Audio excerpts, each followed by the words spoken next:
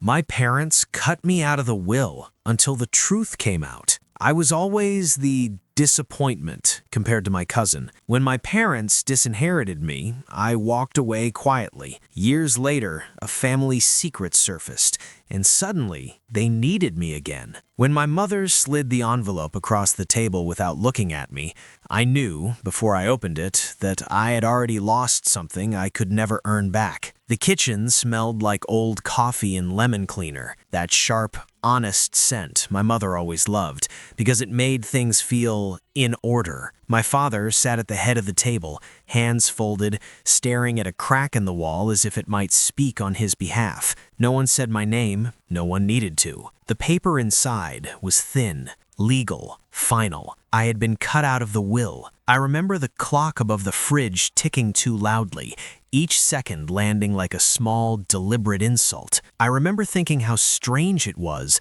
that betrayal could feel so quiet. No yelling, no slammed doors, just a sentence highlighted in yellow, and my mother's voice saying, almost gently, "We think this is for the best." I nodded. That's what disappointments do. They nod, they swallow, they leave without making a mess. Growing up, I learned early that love in our family was measured in comparison, and I was always losing. My cousin Daniel was the standard. Straight A's, varsity sports, business degree before he could legally rent a car. He was the kind of kid adults leaned toward when they talked, the kind who got described as solid and promising. At family dinners, his chair seemed brighter somehow, like the light followed him on purpose. I was the other one, the one who liked drawing more than accounting, the one who changed majors twice, the one who moved to a smaller apartment instead of a bigger job. My parents didn't say they were ashamed.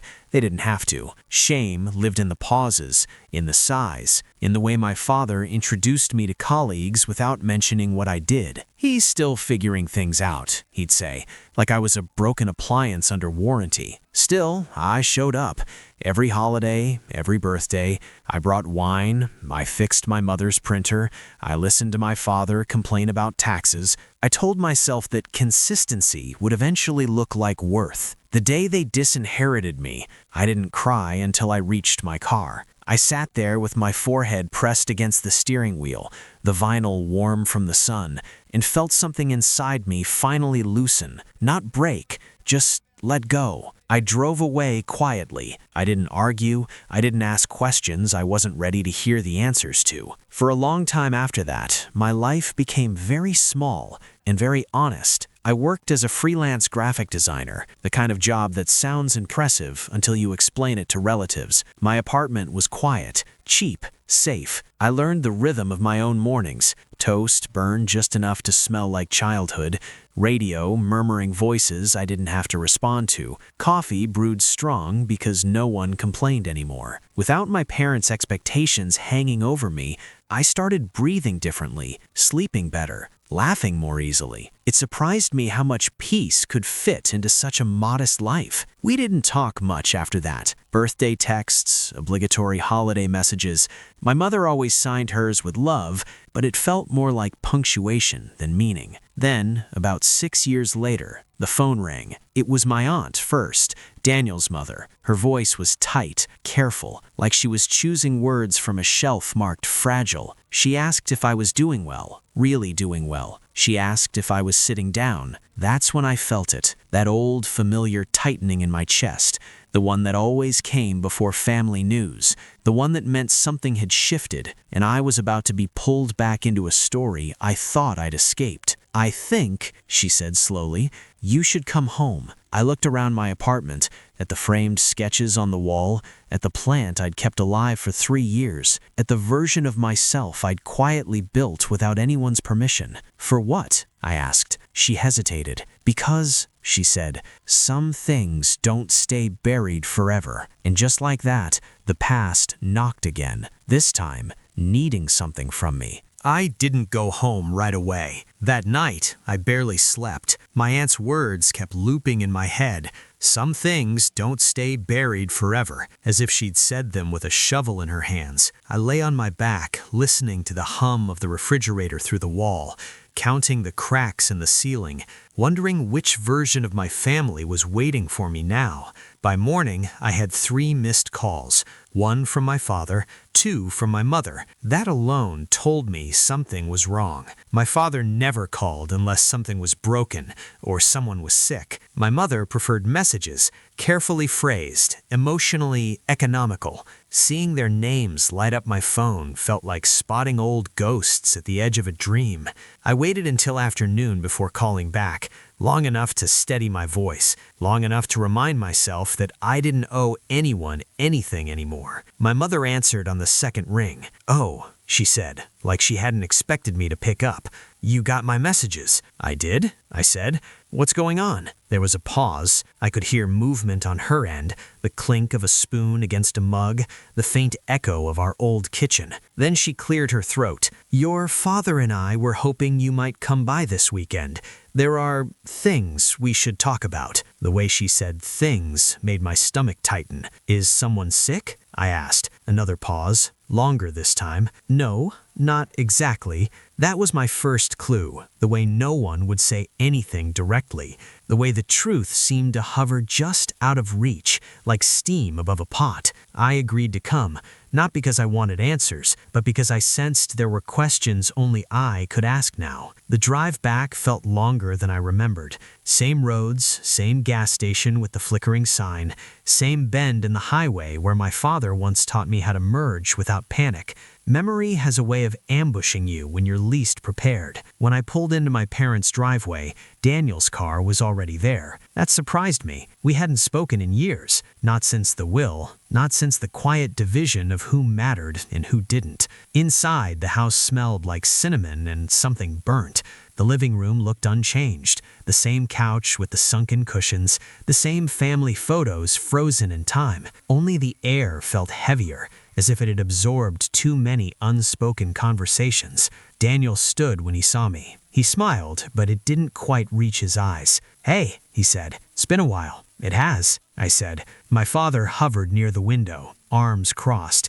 My mother kept busy arranging coasters that were already straight. No one sat down at first. We stood in a loose circle like strangers waiting for instructions. Finally, my father spoke. "There's been some confusion," he said. I almost laughed. Confusion was what you called a mixed-up grocery order, not whatever this was. "What kind of confusion?" I asked. Daniel shifted his weight. My mother pressed her lips together. The silence stretched thin. "It's about the estate," my father said. There it was, the word that once erased me. "We've been reviewing some old documents," my mother added. "Financial records, investments." "And?" I said. "And there are discrepancies," she said. "Things that don't add up." I looked at Daniel then, really looked. He avoided my eyes. That was my second clue. Over the next hour, pieces began to surface, not fully formed, not yet accusing, but sharp enough to cut if handled wrong. Accounts that were supposed to exist but didn't, transfers no one remembered authorizing, paperwork signed during a period when my father was recovering from surgery and heavily medicated. At first, I thought they were asking for help understanding it, maybe advice, maybe perspective. Then my mother said, quietly, "We don't think Daniel meant to do anything wrong." Daniel finally looked up. His jaw tightened. That was when I understood. This wasn't about confusion. This was about damage control. They hadn't called me back because they missed me. They called because something had gone wrong, and suddenly, I was useful again. The disappointment, the outsider, the one who'd been cut loose just long enough to see things clearly. I felt a familiar ache rise in my chest. Not anger, something colder, heavier. "What exactly are you asking me to do?" I asked. No one answered right away. Outside, a car passed, tires hissing against pavement. The clock on the wall ticked on, faithful and cruel. Finally, my father said, "We need someone we can trust." I almost asked him when that had ever been me, but instead I nodded slowly, already sensing that the truth, whatever it was far worse than they were ready to admit, and that once it came out, nothing in this family would ever sit the same way again. I asked for the documents. That was the first time the room went truly still. My father blinked, as if he hadn't expected me to respond with something practical. My mother's fingers tightened around the edge of the table. Daniel exhaled through his nose, a short, frustrated breath that told me more than any confession could have. "They're complicated," my mother said. "I'm a designer, not a lawyer, but I know how to read." Another pause. Then my father nodded, once, sharply, like a man agreeing to a surgery he didn't want but knew he needed. The box came from the study, a cardboard thing taped and retaped, heavy enough that my father carried it with both arms. He set it down on the dining table like it might explode. We sat. That alone felt strange, the four of us at the same table again, not for a meal, but for an autopsy. The papers smelled faintly of dust and old ink. I flipped through bank statements, trust summaries, scanned copies of signatures. At first, it all looked normal in the way numbers often do, precise, unemotional, hiding their secrets in plain sight. Then patterns began to emerge, withdrawals made in clusters, transfers that looped through shell accounts before landing somewhere else, dates that coincided with my father's hospitalization 6 years earlier, the same year the will had been changed. My stomach tightened. "Who handled the finances while Dad was recovering?" I asked. My mother looked at Daniel. Daniel stared at the table.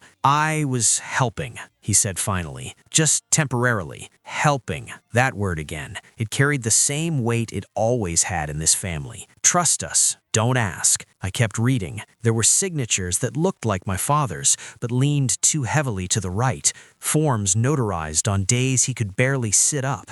Email confirmations sent from an account he'd never used before. My father's hands began to shake. "I don't remember signing these," he said quietly. No one contradicted him. The truth didn't crash in all at once. It seeped, slowly, relentlessly, like water finding cracks. Over the next 2 days, I stayed in town.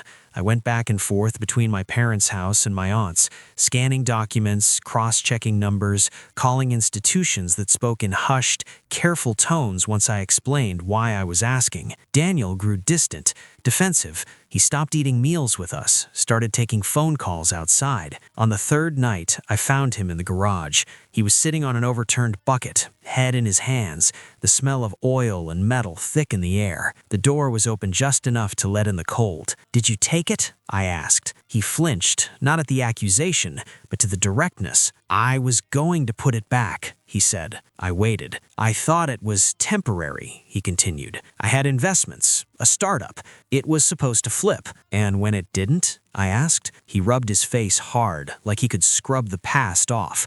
I panicked. There it was. Not greed, not malice, fear. He'd been drowning quietly, desperate to stay afloat, terrified of losing the image everyone loved him for. So he borrowed from the one place no one would question him, our parents' trust. And when the numbers didn't recover, he adjusted the will, removed me, the disappointment, the loose end. "You needed a reason, so they wouldn't look too closely," he didn't argue. Inside the house, my parents were unraveling. My mother cried in the kitchen, shoulders shaking as she folded and refolded the same dish towel. My father sat in the study, staring at the wall where our family photos hung. Every milestone, every lie, framed and preserved. They didn't apologize at first. That came later. What came first was grief, the kind that sinks deep when you realize you trusted the wrong person for the wrong reasons. "I thought you were irresponsible," my mother said one night, voice hoarse, "that cutting you out would simplify things." Simplify, as if love were an expense. I didn't respond. There were no words sharp enough to make that sentence bleed the way it deserved to. By the end of the week, the evidence was undeniable. Daniel had misappropriated funds, not enough to destroy everything, but enough to fracture the family beyond repair. The estate was smaller than it should have been, the will legally questionable, and suddenly, the disappointment was the only one not responsible for the damage. The lawyer confirmed it 2 days later in a quiet office that smelled of paper and coffee. He spoke in careful language about options, about restitution, about potential legal consequences if things went public. That's when my parents looked at me, not with judgment, not with dismissal, but with something new, need. "We don't want to ruin him," my mother said one night, voice hoarse. "But we can't pretend this didn't happen." I thought of the envelope, the yellow highlight, the quiet way I'd walked away. I thought of the life I'd built without their approval, and I realized something important. The truth hadn't just come out, it had changed the balance of power. The meeting with the lawyer was where everything stopped being theoretical. Until then, the truth had lived in documents, in late-night conversations, in hushed voices and avoided eye contact. But inside that office, with its beige walls, ticking clock, and diplomas that felt like silent judges, the consequences became real. The lawyer folded his hands and looked at my parents. "If this is challenged," he said carefully, "there's a strong case that the will was altered under questionable circumstances." Daniel sat rigid beside them, jaw clenched so tightly I thought his teeth might crack. For the first time in his life, he looked small. "What happens then?" my father asked. The lawyer didn't answer immediately. He glanced at me first, as if measuring how much I already understood. "Then it becomes public," he said, "and messy. Public." The word hung in the air like smoke. My parents had always cared deeply about appearances, about reputation, about what neighbors whispered and what relatives repeated at holidays. This wasn't just a legal problem, it was a social one, a moral one. They didn't want the truth to come out because it would expose Daniel, but also because it would expose them. After the meeting, we sat in the car in silence. My mother stared out the window. My father gripped the steering wheel too tightly. Daniel stared straight ahead, like if he didn't turn, none of this would be happening. That night, my parents asked me to stay for dinner, the four of us again, around the same table where the envelope had once slid toward me like a verdict. This time, no one touched the food. "I don't know how to fix this," my mother said finally. Her voice wasn't defensive anymore. It was tired, raw. I took a breath. "You can start by telling the truth, even if it costs you the story you've been telling yourselves." My father looked at Daniel. Daniel didn't look back. "What do you want us to do?" my father asked me. That question landed differently than they probably intended. For years, they'd told me what I should do, who I should be. Now they were asking. I didn't answer right away. I thought about revenge, the sharp satisfaction of watching the truth burn everything down. I thought about justice, the quiet rightness of accountability, and I thought about distance, the peace I'd earned by walking away. "I won't protect a lie," I said, "but I won't humiliate anyone either." Daniel's head snapped up. "There needs to be restitution, full transparency, and the will needs to be corrected." My mother nodded immediately. "Of course, we'll fix it." I held up my hand. "This isn't about money anymore." They looked confused. "You didn't just cut me out of the will," I said slowly. "You cut me out of the family because it was convenient, because it made the problem easier to hide." My father's shoulders sagged. "That's true." The next few weeks were heavy. The lawyer contacted financial institutions. Funds were traced. A repayment plan was established. The will was amended, properly this time, with witnesses and safeguards and no yellow highlights pretending to be fairness. Daniel signed everything without protest. Word spread anyway. Not the full story, never the full story, but enough. Whispers at church, pauses at family gatherings. The golden image dulled. People started calling me. Relatives who hadn't spoken to me in years suddenly wanted to check in. Friends of my parents sent messages with careful sympathy.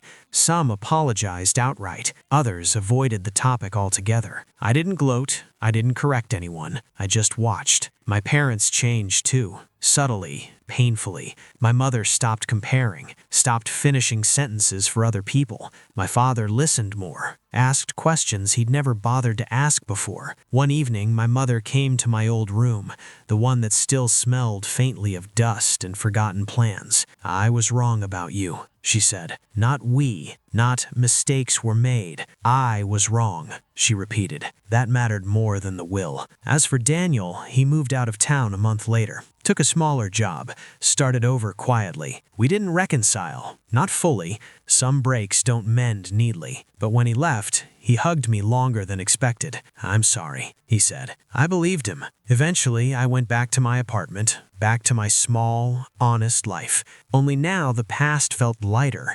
Not because it had been erased, but because it had finally been named. They didn't need me anymore, but for the first time, they saw me, and that changed everything. Months passed, and life returned to its quieter rhythm. The house felt lighter without the tension that had shadowed every corner for so long.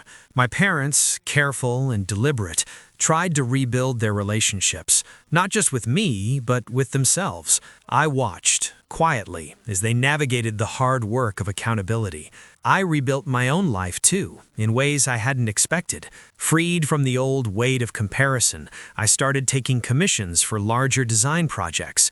My apartment smelled like paint and fresh coffee, a tiny rebellion against the sterile caution of the past. I laughed more, slept better, listened more. Family gatherings were tentative at first. Holidays had to be relearned, almost from scratch. Daniel was polite but distant, the rift still present, a scar that wouldn't disappear. My parents didn't try to fill the silence with excuses. They just showed up differently, more humble, more human. One evening, my mother called. Her voice was soft, almost hesitant. "Would you come over for dinner tomorrow?" she asked. I hesitated. A part of me remembered the envelope, the yellow highlight, the silence that had followed, but a bigger part of me remembered the weeks of truth, of confrontation, of the quiet reclamation of respect. "I'll come," I said. Dinner was simple. Roasted chicken, mashed potatoes, green beans, nothing extravagant, but the atmosphere was warmer than I'd felt in years. My father even cracked a small joke about burning the gravy, and I laughed without reservation. After the meal, we lingered at the table, sipping tea. My mother reached across and touched my hand lightly. "I don't want to take back the past," she said, voice trembling, "but I hope we can start again." I nodded. Words felt inadequate, but the gesture, the honesty, was enough. It wasn't perfect. Some evenings the old shadows returned, a pause in conversation, a glance that carried memory, but they were just memories now, not chains. I realized something crucial. The lesson wasn't about money or inheritance or even betrayal.